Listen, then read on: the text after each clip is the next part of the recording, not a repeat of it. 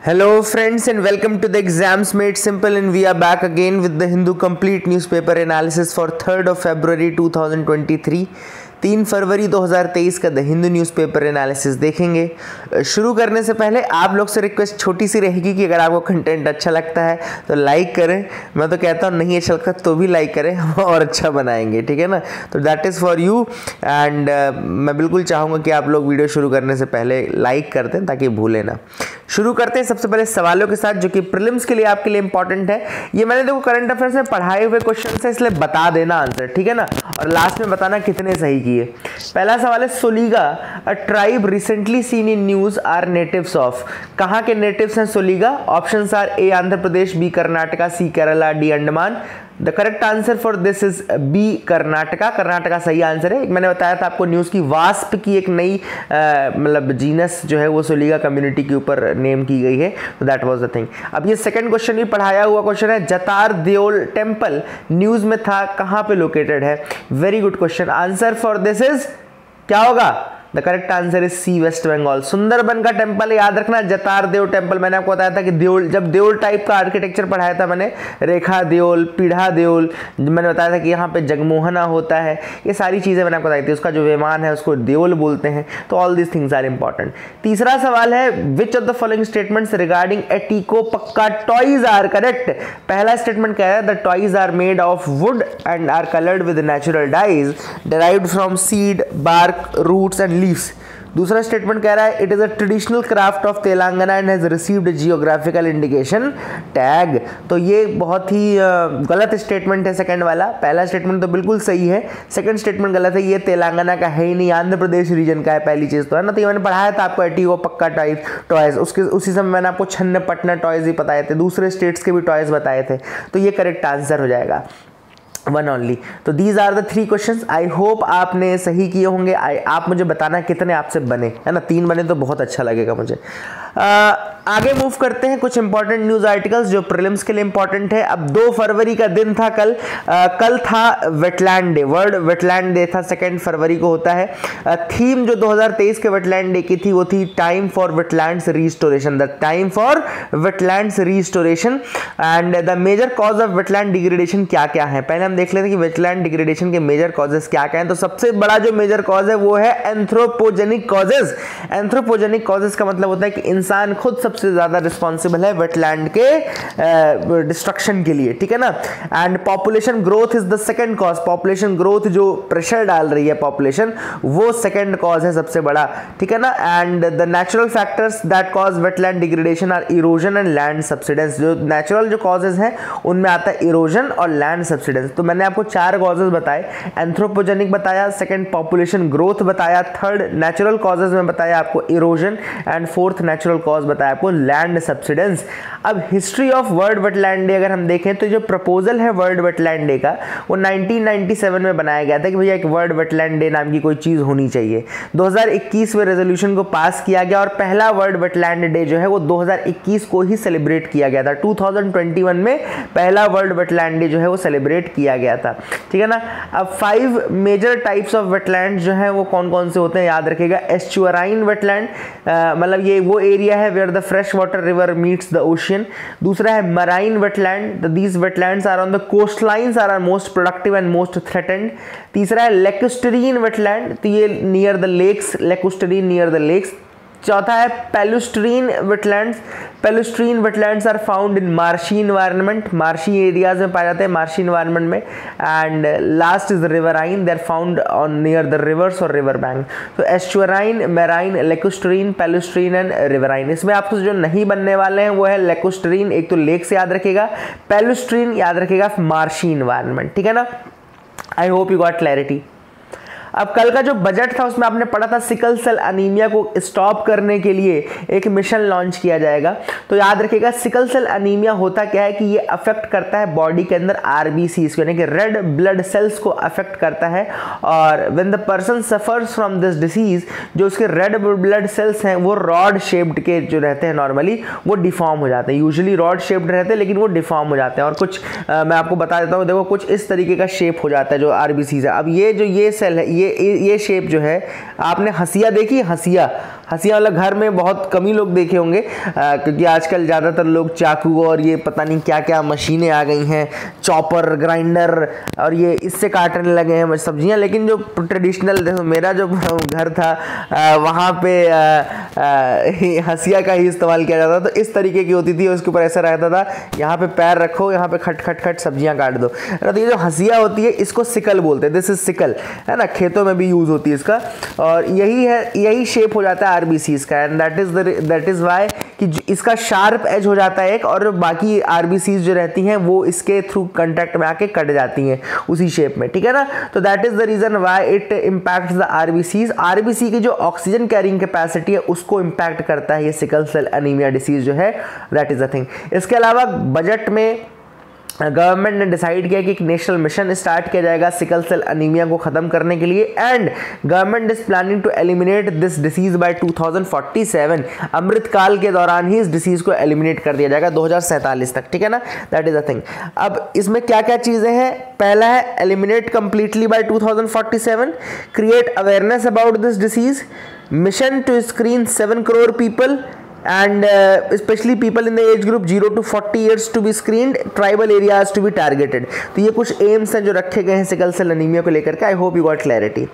एक और स्कीम आई थी कल न्यूज़ में, मैंने बजट में कल नहीं बताई थी, अमृत धरोहर स्कीम। बाकी मैंने कल सारी बताई थी, नमस्ते स्कीम बताई थी जो कि मैकेनाइज्ड सीवेज ट्रीटमेंट के लिए थी। इसके अलावा मैंने आपको मिष्टी स्कीम बताई थी, इसके अलावा मैंने आपको पीएम विकास बताई थी, है ना, ये सारी बताई थी। लेकिन एक अमृत धरोहर रह गई थी।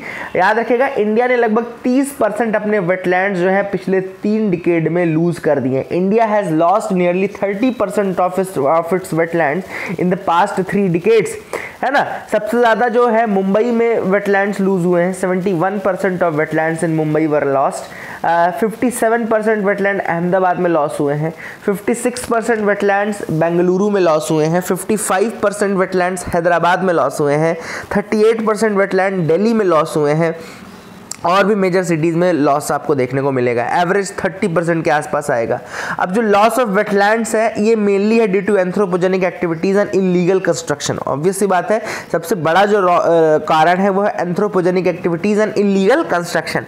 Now to increase the optimal use of wetlands, याद रखिएगा अमृत धरोहर स्कीम किस लिए है, to increase the optimal use of wetlands in the cities and to improve their biodiversity, उनकी बायोडाइवर्सिटी को इंप्रूव करने के लिए, and to improve the optimal use of these wetlands the government of India is launching the Amrit Dharohar scheme, and this scheme was announced by finance minister in the budget, है ना। तो याद रखिएगा Amrit Dharohar scheme is for the wetlands, उनके optimal use को बढ़ाने के लिए एंड उनकी बायोडाइवर्सिटी को इंप्रूव करने के लिए। तो these are the 3 news items, factual news item जो कि बहुत इंपॉर्टेंट है। आई होप आपको मजा आया होगा, आई होप आपको समझ में आया होगा, ठीक है ना।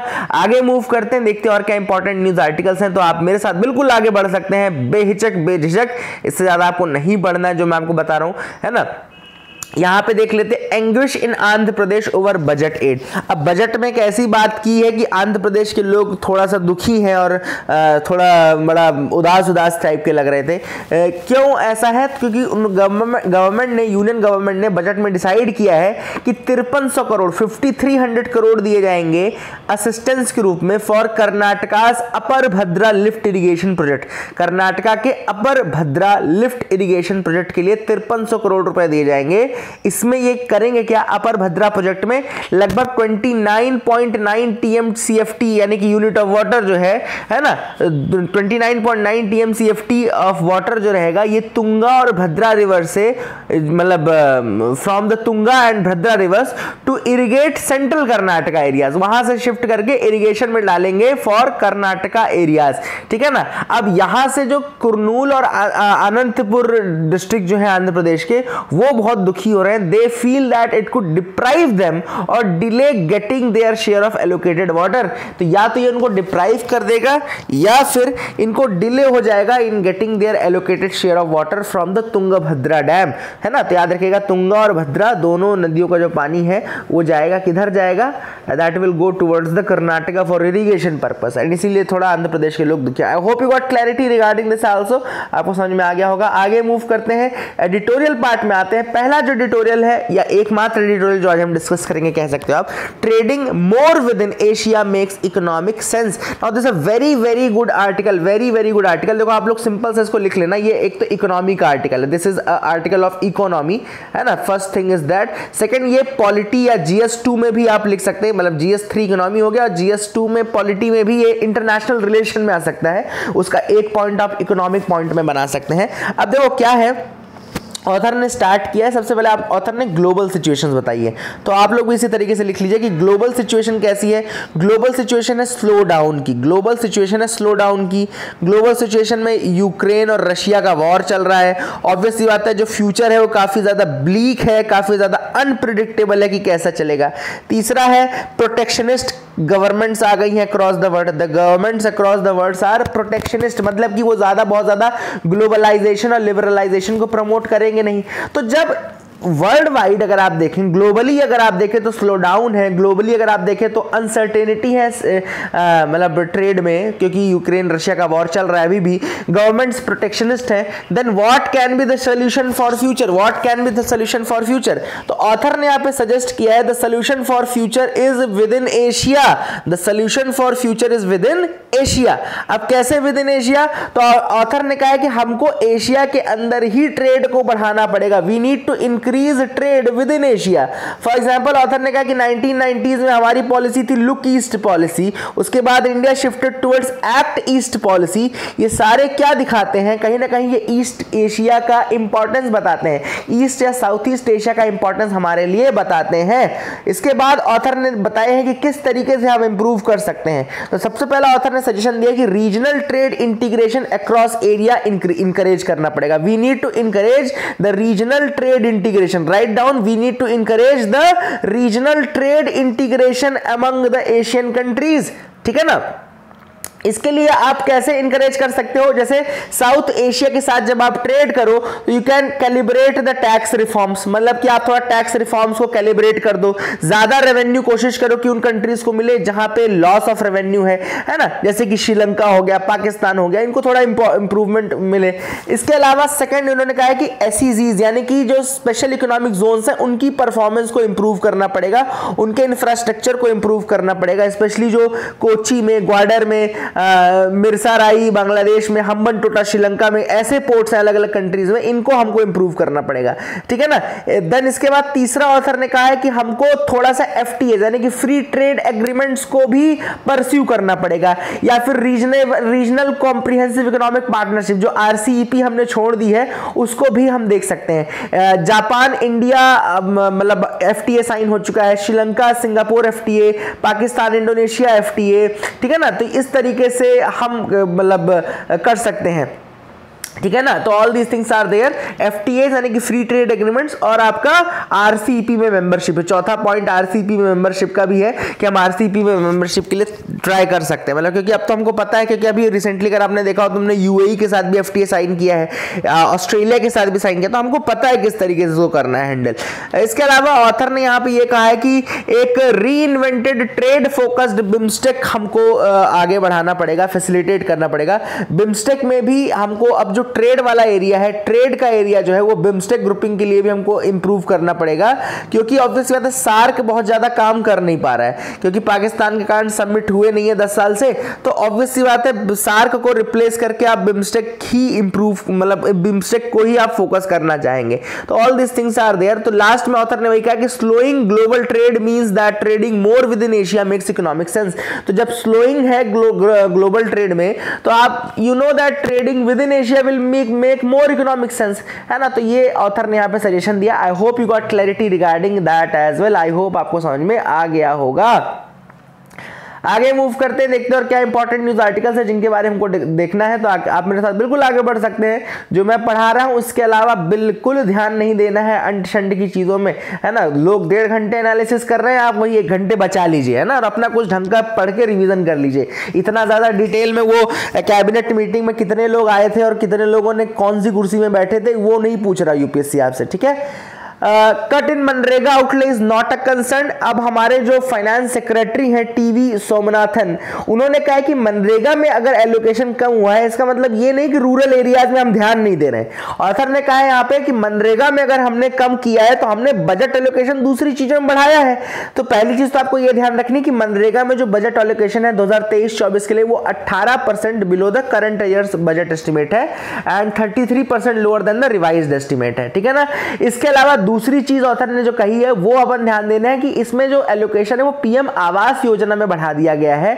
दूसरा यहाँ पे प्रधानमंत्री गरीब कल्याण अन्न योजना में ऑब्वियस सी बात है उसमें 1 साल का एक्स्ट्रा राशन दिया जाएगा तो उसमें बढ़ाया गया है। जल जीवन मिशन के लिए इंक्रीज किया गया है। तो ऑथर ने कहा कि देखो मनरेगा एक डिमांड ड्रिवन स्कीम है। अगर हमको बीच में लगता है कि यहाँ पे मतलब बजट एलोकेशन ज्यादा चाहिए तो we would revise that budget allocation in the mid year, है ना। तो ये ऑथर ने ऑलरेडी कहा है। तो ये डिमांड ड्रिवन स्कीम्स है, इनमें स्टार्टिंग में कितना दिया जाता है वो इंपॉर्टेंट नहीं है, डिमांड कितनी है वो इंपॉर्टेंट है। और अगर ये सारी चीजें चलेंगी, जल जीवन मिशन के प्रोजेक्ट चलेंगे तो लोगों को वहां भी तो जॉब मिलेगा ना। तो इसकी डिमांड थोड़ा कम होने की संभावना है। This is what the author has said in this article. I hope you got clarity, आपको समझ में आ गया होगा।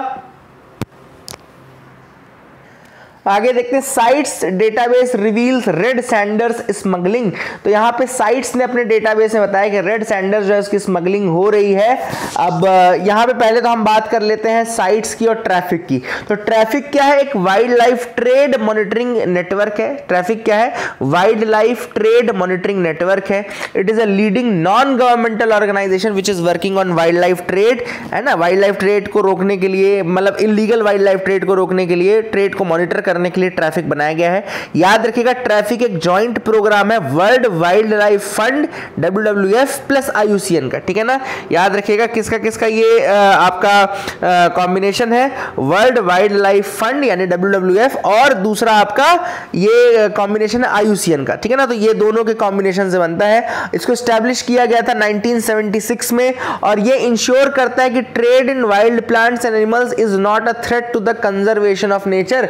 नेचर के कंजर्वेशन में थ्रेट ना बने ये इन स्पीशीज के ट्रेड एंड ऑल, है ना। तो that is thing which is protect. इसका जो हेडक्वार्टर है वो कैम्ब्रिज में है, यूनाइटेड किंगडम में। और illegal wild life trade is one of the main reasons that many species are endangered. आप सबको पता है कि इलीगल ट्रेड के कारण बहुत सारे स्पीशीज इंडेंजर्ड हैं। इसी को रोकने के लिए ट्रैफिक को बनाया गया है, ठीक है ना। ट्रैफिक का गवर्नेंस होता है ट्रैफिक कमेटी के माध्यम से। एक स्टीयरिंग ग्रुप है जिसमें कि ट्रैफिक पार्टनर्स और ये सब के मेंबर्स रहते हैं, WWF के मेंबर रहते हैं, IUCN के मेंबर रहते हैं, ठीक है ना। तो that is a thing which is important. Traffic also works in close cooperation with the secretariat of sites. Sites सब आपको पता है कि convention on international trade in endangered species बोलते हैं। तो साइट्स भी देख लेते हैं अपन। साइट्स मतलब कि convention on international trade in endangered species of wild flora and fauna. तो एक तो इंपॉर्टेंट है साइट्स में फ्लोरा फौना दोनों ही देखा जाता है।